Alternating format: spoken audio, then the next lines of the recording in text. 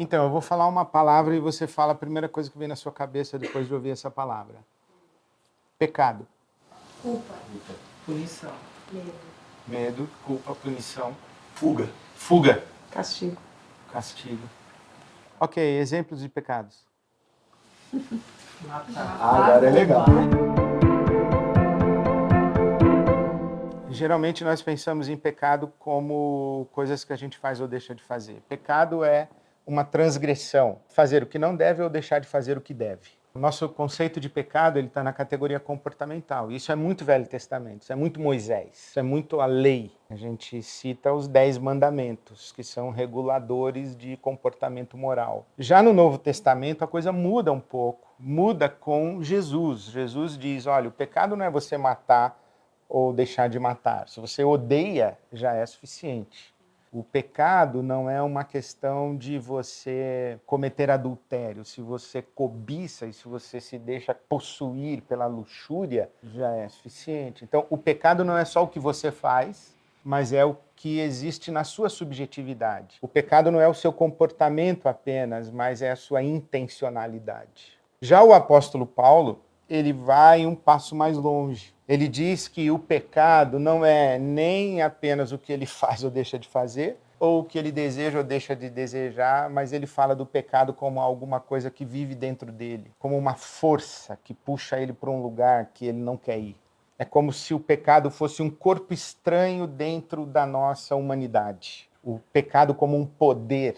E é por isso que o apóstolo Paulo diz, o bem que eu quero fazer eu não faço, e o mal que eu não quero, esse eu faço. E se eu faço, já não sou eu quem faz, mas o pecado que habita em mim.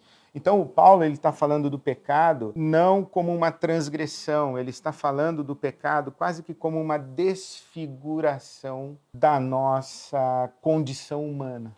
E talvez a melhor história do Novo Testamento e das histórias que Jesus contou, das parábolas de Jesus, que melhor ilustra isso seja a parábola do filho pródigo, ou a parábola dos 2 filhos, onde Jesus diz que um homem tinha 2 filhos e o mais novo pediu ao pai, me dá a minha parte da herança, o que é uma ofensa. Na verdade, o que aquele menino está dizendo, pai, eu queria que você já tivesse morrido, mas como você está demorando a morrer, me dá logo a minha herança aí que eu quero ir embora. Metafórica e simbolicamente, o ser humano dizendo para o pai, eu quero viver em outro lugar, eu não quero viver na tua casa. A gente fala isso, né? Minha casa, minhas regras. Eu não quero que você me diga o que é bem e o que é mal. Eu quero decidir o que é bem e o que é mal, e eu quero decidir o que eu quero fazer ou deixar de fazer. A vida é minha. É metaforicamente o rompimento da criatura com o Criador. Diz a história que Jesus nos conta que ele foi realmente embora e ele viveu, a linguagem da parábola é dissolutamente, irresponsavelmente, ele desperdiçou a sua herança, vivendo como bem entendia, isto é, quem vive dissolutamente, desperdiçando irresponsavelmente, é quem acredita que o seu recurso não vai acabar nunca. Se você sair da comunhão com Deus, que é a fonte da vida, você morre. Tá, mas você saiu e não morreu. Tá, mas espera. Você não é autossuficiente, você vive do que Deus lhe dá.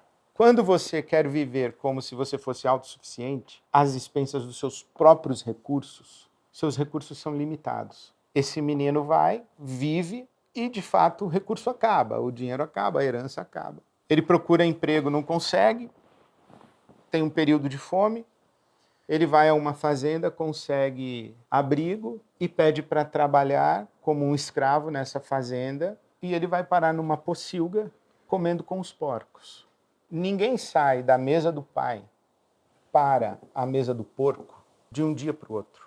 Ninguém sai do ambiente do afeto, do amor. Ninguém se desfigura da noite para o dia. O nosso desfigurar humano, ele é processual. E isso me ajuda a entender o que é pecado. Eu não olho para o pecado como uma lista de coisas que eu posso fazer e não posso fazer. Eu olho para o pecado como uma referência daquilo que me humaniza e do que me desumaniza. Aquilo que me bestializa e aquilo que me humaniza. Que faz de mim uma expressão da imagem e da semelhança de Deus, e aquilo que faz de mim um ser desfigurado onde nem mesmo Deus se reconhece. Porque se Deus me criou a sua imagem e a sua semelhança, a minha presença no universo é um espelhamento da divindade. E é muito bonita essa figura da imagem e semelhança de Deus, porque é uma linguagem bem religiosa que os templos tinham um totem da divindade respectiva. Se nós pensarmos o universo como sendo o templo de Deus, nós somos o totem da divindade. O que é o pecado? Aquilo que desfigura o totem. Se nós, seres humanos, somos o que é mais parecido com Deus, nós somos a imagem e semelhança de Deus, o que é o pecado?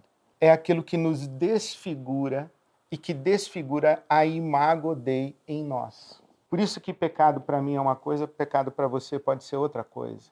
E o pecado não é apenas aquilo que me desfigura como ser humano à imagem e semelhança de Deus, mas também toda vez que eu me aproximo de você e trato você negligenciando o fato de que você é um totem de Deus e que eu preciso tocar em você como quem toca no divino. Quando eu objetifico você, quando eu bestializo você, quando eu animalizo você, ou quando eu transformo você em alguma coisa em que eu uso para o meu prazer, a minha conveniência, a minha satisfação, a minha realização, o meu lucro ou a realização da minha vontade, desconsiderando inclusive a sua própria vontade, eu fiz de você algo menor do que um ser à imagem e semelhança de Deus, e isso é pecado.